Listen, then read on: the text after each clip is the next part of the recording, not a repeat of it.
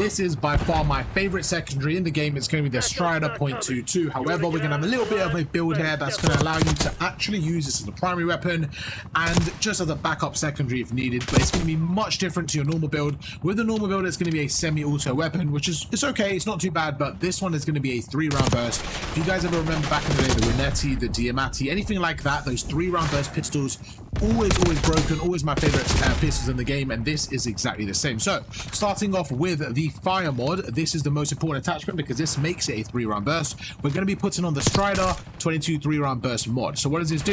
It makes the weapon go from semi-automatic to a 3-round burst. You get a little bit of a recoil gun kick control, you have a bit more magazine, and you have burst fire. Super good. We lose a little bit of damage at the range, and we lose a little bit of reload quickness, but that's okay.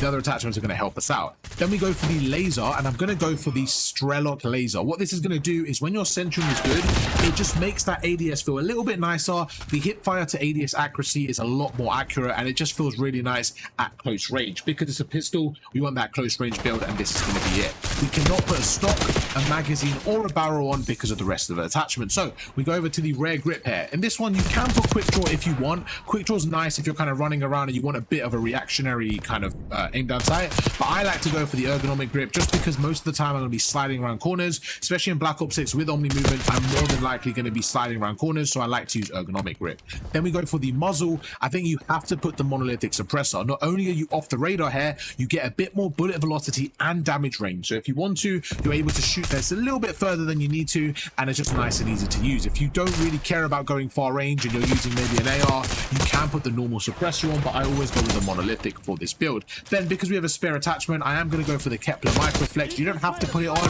but because we have a spare attachment, I personally think it's good, especially with the suppressor. It just makes the gun feel really good when I'm going around corners, feel a bit more accurate with it. One of my favorite pistols in the game. Actually, it's my favorite pistol in the game.